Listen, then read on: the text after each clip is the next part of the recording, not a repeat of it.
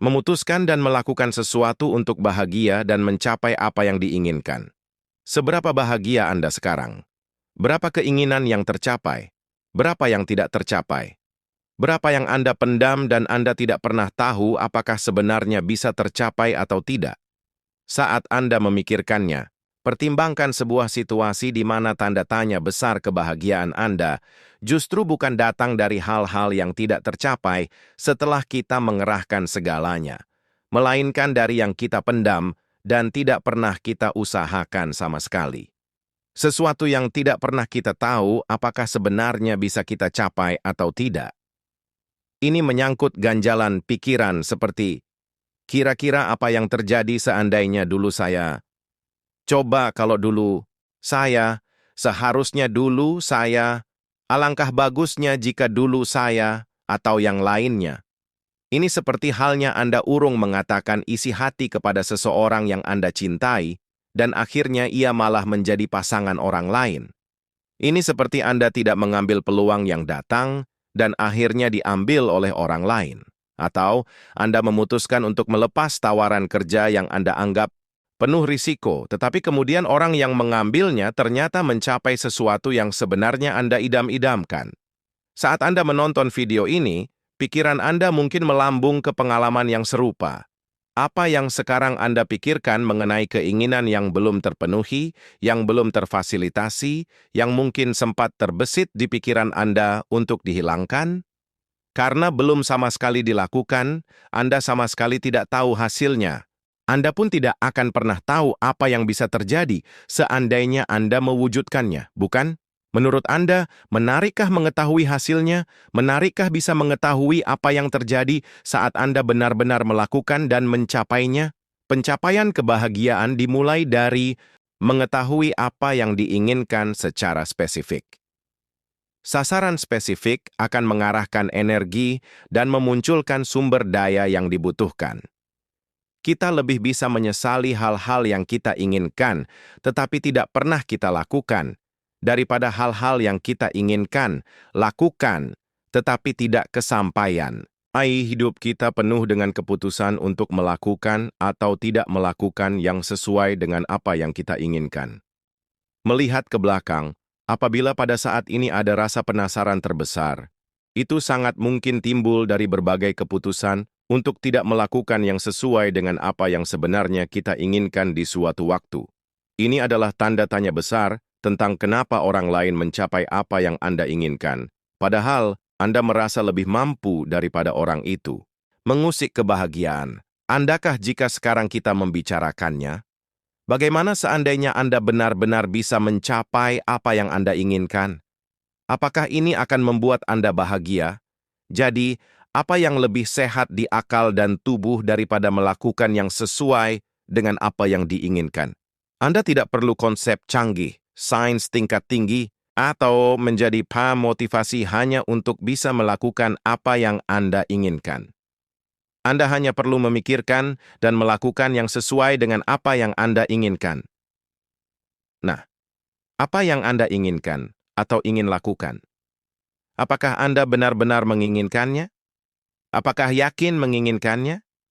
Kalau ya, apa yang menghentikan Anda? Apa yang ingin Anda capai? Apa yang benar-benar Anda inginkan? Apa yang membuat Anda sebegitu bahagia saat Anda mencapainya? Apa yang membuat Anda bahagia? Walaupun mungkin terlihat, terdengar, atau terasa begitu sederhana, pertanyaan ini ternyata tidak dapat dijawab dengan baik oleh banyak orang. Kenapa bisa demikian walau kesannya mudah? Coba tanyakan kepada orang-orang yang Anda jumpai. Jawaban yang Anda terima akan lebih terasa mengambang dan abstrak. Orang akan menjawab, ingin bahagia, ingin sehat, ingin bermanfaat untuk orang lain, atau lainnya. Jawaban-jawaban yang Anda temui tersebut lebih menunjukkan apa yang penting bagi mereka, dan sama sekali tidak menunjukkan tujuan atau keinginan yang jelas.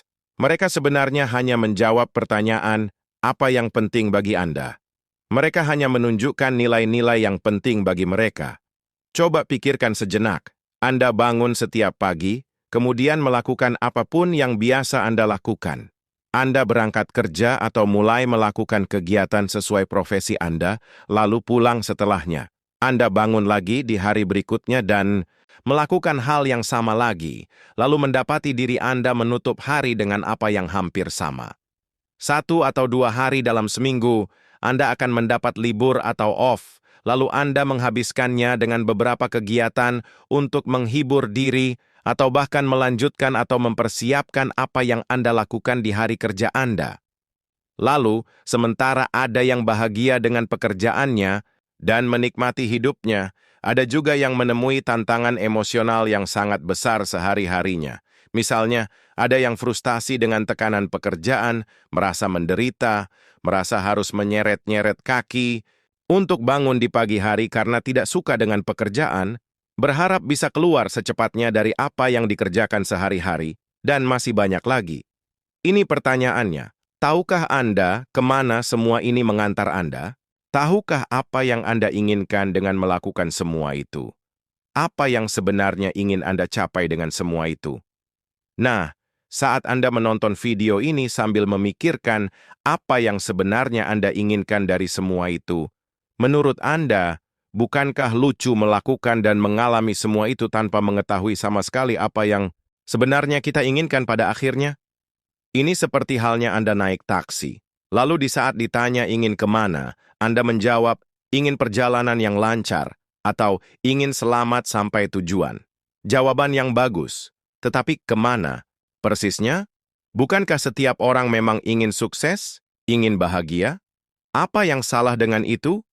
Tentu saja. Namun, ini sebenarnya menjawab pertanyaan yang lain. Menyangkut apa yang penting bagi Anda, bukan apa yang Anda inginkan secara spesifik. Anda hanya mengungkapkan nilai hidup atau kriteria Anda dalam memutuskan apa yang ingin Anda lakukan. Ini sama sekali tidak menjawab Anda ingin kemana dengan apa yang Anda lakukan. Apa yang Anda inginkan? Kalau jawaban Anda sudah spesifik, misalnya, saya ingin memperoleh tip 300 juta di akhir tahun ini. Saya ingin mendapatkan pekerjaan dengan gaji 15 juta di pertengahan tahun depan. Itulah yang dimaksud dengan apa yang Anda inginkan.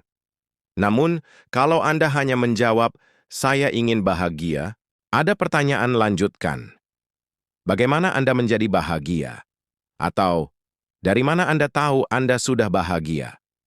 Dengan pertanyaan lanjutkan itu, berarti Anda masih perlu lebih spesifik. Fokus memberi energi. Fokus memberi sumber daya. Fokus membantu Anda untuk memunculkan berbagai hal yang mendukung dan membantu Anda untuk merencanakan pencapaian Anda. Hanya dengan sebuah keinginan yang spesifik, Anda bisa mengetahui keyakinan, generalisasi, distorsi, bahasa, serta perilaku seperti apa yang Anda butuhkan untuk mencapainya. Ingat, apa yang kita inginkan bisa kita ukur dan indrakan saat kita capai. Sukses misalnya, tidak bisa diukur sebelum kita cacah menjadi sasaran yang spesifik.